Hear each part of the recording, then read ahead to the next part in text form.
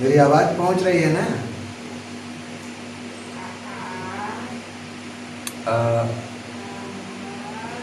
चलिए सौरभ जी, मुझे सुना जा सकता है, मैं कोई देखने वाली चीज़ तो हूँ नहीं। बहरहाल चलिए थोड़ा सा घुमा दे बेटा, हल्का सा घुमा दे। अब ठीक है?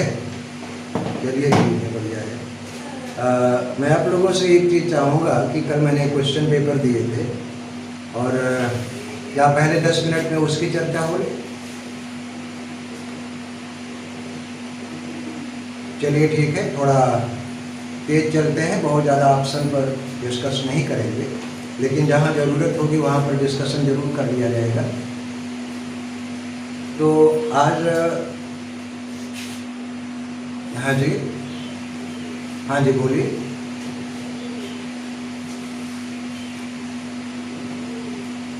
अच्छा, चलिए ठीक है, सबका डिस्कशन हो जाएगा। आज test on forms of literature का टेस्ट पेपर सेकंड है। पहला क्वेश्चन है कि which of the following is the first ode in English literature. अंग्रेजी साहित्य का पहला ओड किसे माना गया है?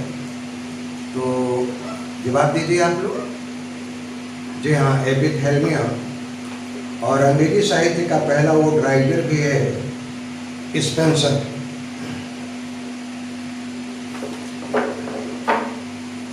और बर्थडे जो है ये सी स्विनबर्न का है, ये भी ओड ही है। प्रोथेल्मिया भी ओड है।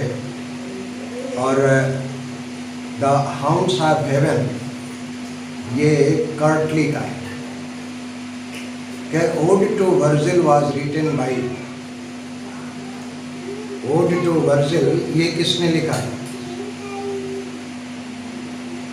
जी हाँ, बिल्कुल राइट ऑप्शन है आपका। टेनिसन ने लिखा था ओड टू वर्जिल। स्पेंसर ने प्रोथेल्मिया और एपिथेल्मिया लिखा था। जहाँ तक किड्स की बात है, वो इमॉर्टल ओड राइटर है, न केवल अंग्रेजी साहित्य का बल्कि विश्व साहित्य का। और वो Elon is perfect singing god in English literature. अंग्रेजी साहित्य में किसको जो है परफेक्ट सिंगिंग गॉड कहा गया है? और ये स्टेटमेंट एसी स्विनबर्न का है। ठीक है, तो शेली को जो है, शेली को, ये एसी स्विनबर्न ने शेली के लिए क्या कहा था कि Shelley alone is perfect singing god in our language. Fourth question है which is the most ancient form of poetry. अगर कविता की बात की जाए तो कविता का सबसे प्राचीनतम स्वरूप कौन सा है? ओड है, लिरिक है, सनेट है या फिर एलेजी? बिल्कुल नहीं, गलत है ये। सनेट भी नहीं है, एलेजी भी नहीं है और लिरिक। उसका कारण यह है कि जब भाषा का विकास भी नहीं हुआ था और आदमी इतनी मौज में आता था, कंदराओं, गुफाओं और पहाड़ों पर रहता था, तो अपनी खुशी को व्यक्त करने के लिए आपने सुना होगा पहला गीत हे हो ला ला ला, यही गीत था पहला। बात समझे ना? धीरे धीरे जब भाषा विकसित हुई, भाषा व्यवस्थित हुई, तो लोगों ने स्वरबद्ध रचनाएं और लयबद्ध रचनाएं करना शुरू किया। तो अंग्रेजी काव्यशास्त्र ही नहीं बल्कि विश्व काव्यशास्त्र का जो पहली कविता थी वो लिरिक थी, गीत थी। Primary epic is also known as, primary epic को किस नाम से जानते हैं? Literary epic, ballad epic, folk epic. बढ़िया, फिर से आप देख लें, चौथा ऑप्शन है both B and C. Primary epic को बैलेड एपिक भी कहा जाता है और फॉक एपिक भी कहा जाता है। बात समझ में आई ना? कभी कभी 4 ऑप्शन में 2 ऑप्शन सिमिलर कर देते हैं और उसमें दोनों का भी जिक्र कर देते हैं, तो option D both A and C. साथ साथ जरा ये भी मुझको बताइए जाइए, वो मैं लास्ट में पूछूंगा कि 20 क्वेश्चन में से आप लोगों ने कितना स्कोर किया है। अगले क्वेश्चन पर चलते हैं कि which of the following is national epic of England. England का राष्ट्रीय महाकाव्य किसे कहा गया है? बियोल्फ स्पेलिंग गलत हो गई है, मुझसे लिखने में स्पेलिंग गलत हो गई है, आप उसे करेक्ट कर लीजिएगा। BEOWULF।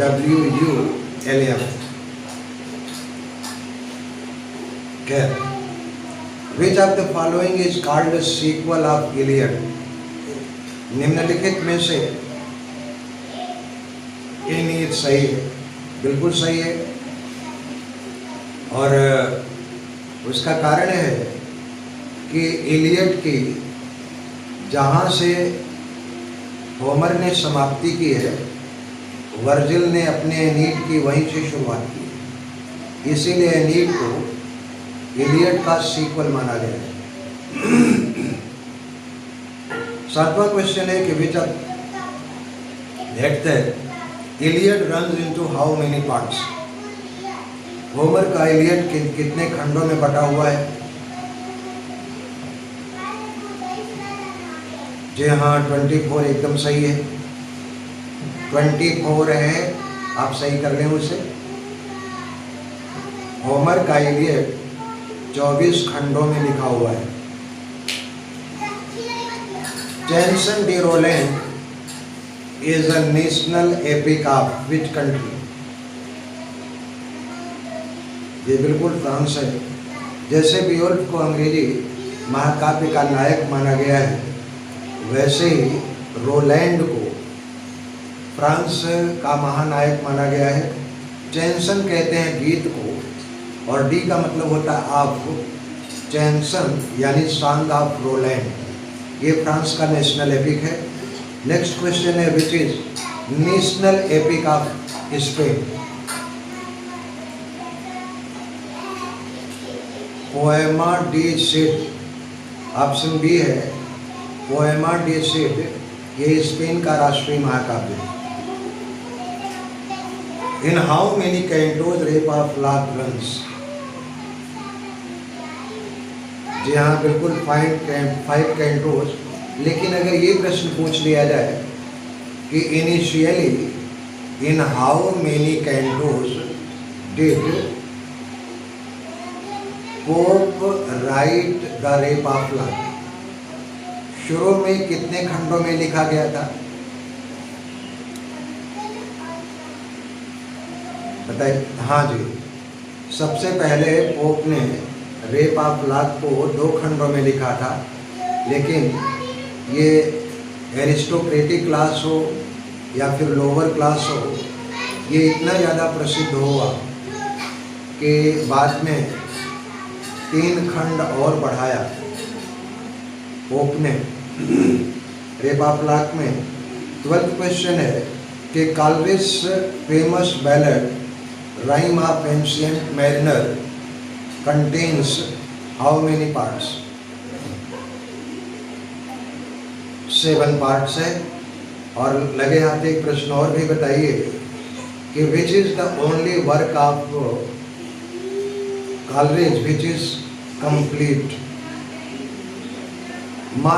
हाँ जी, बस केवल यही एक रचना कंप्लीट है कालरेज की, बाकी सब अधूरी है। Rossetti's King's Tragedy contain how many ballad.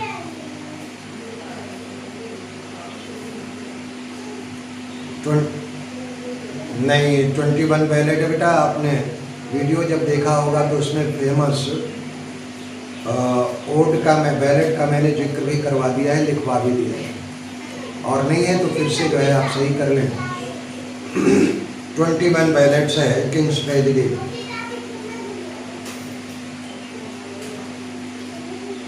14th question है कि when was Reliques of ancient poetry published. जी नहीं, हाँ जी, 1765 बिल्कुल सही है। 1765 में रेलिक्स ऑफ एंशिएंट पोएट्री का प्रकाशन करवाया था, और किसने करवाया था?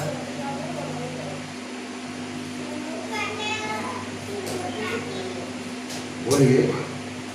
बिशप थॉमस पर्सी ने करवाया था। वैसे पर्सी एक बिशप था, कोई पोएट नहीं था, लेकिन अंग्रेजी साहित्य से उसे बेहद लगाव था। और रेलिक्स ऑफ एंशिएंट पोएट्री में कुल कितने बैलेट्स हैं? बोलिए। जी नहीं, रेलिक्स ऑफ एंशिएंट पोएट्री में 121 बैलेट है। रेलिक्स ऑफ एंशिएंट पोएट्री में 121 बैलेट हैं, जिसका प्रकाशन 1765 में बिशप थॉमस पर्सी ने करवाया था। अगला क्वेश्चन है, स्पेनिश आर्माडा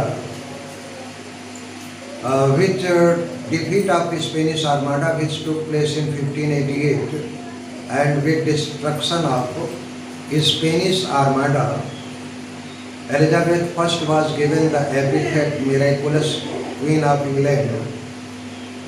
और इसको किसने लिखा था, स्पेनिश आर्माडा?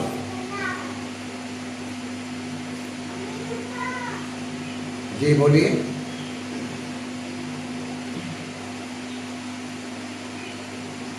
अननोन है,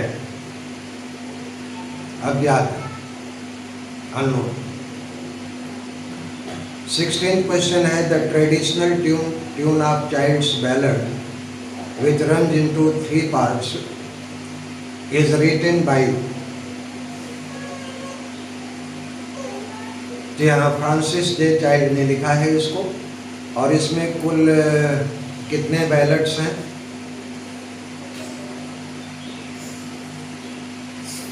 बोलिए। 132 बैलेट है। चलिए 17 देखते हैं, who defined dramatic monologue, soul reflector और studies in practical psychology.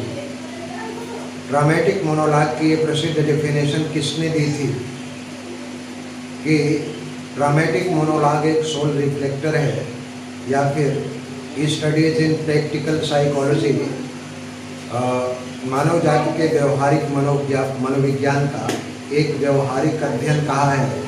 Dramatic monologue को किसने कहा है?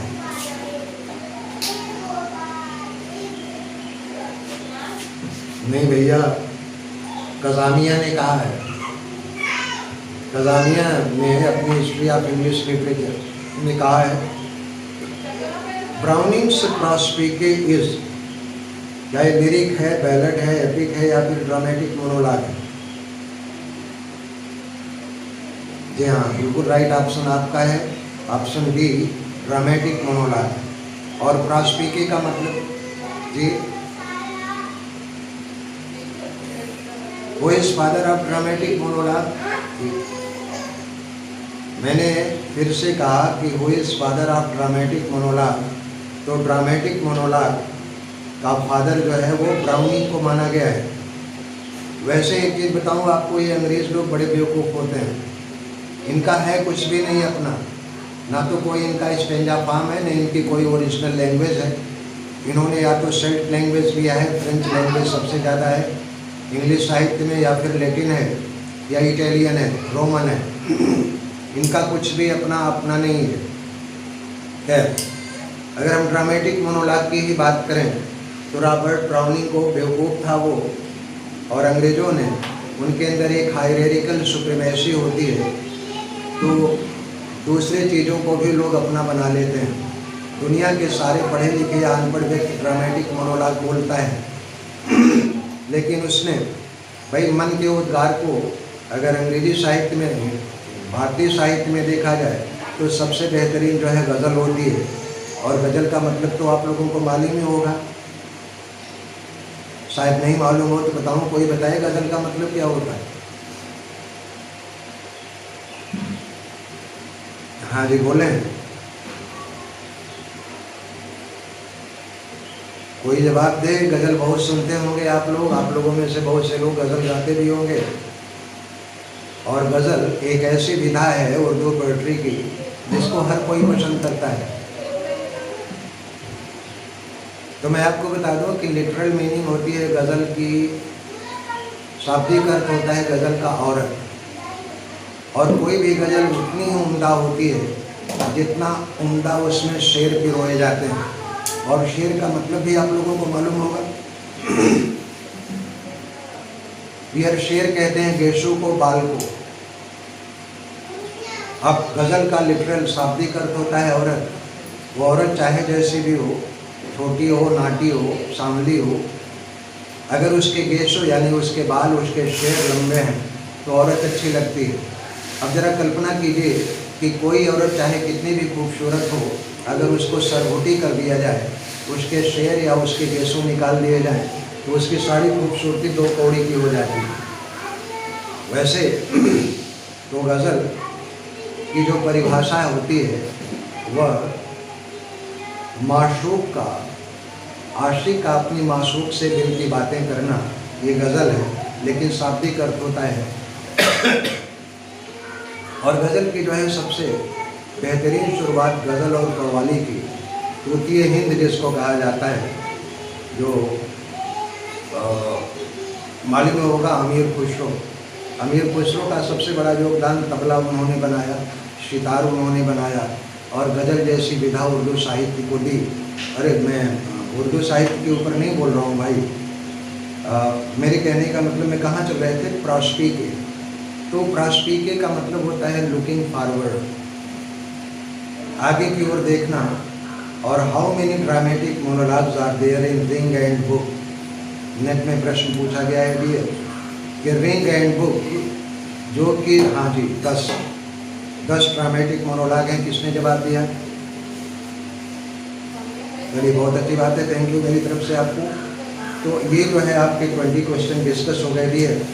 और हाँ जी बोलिए।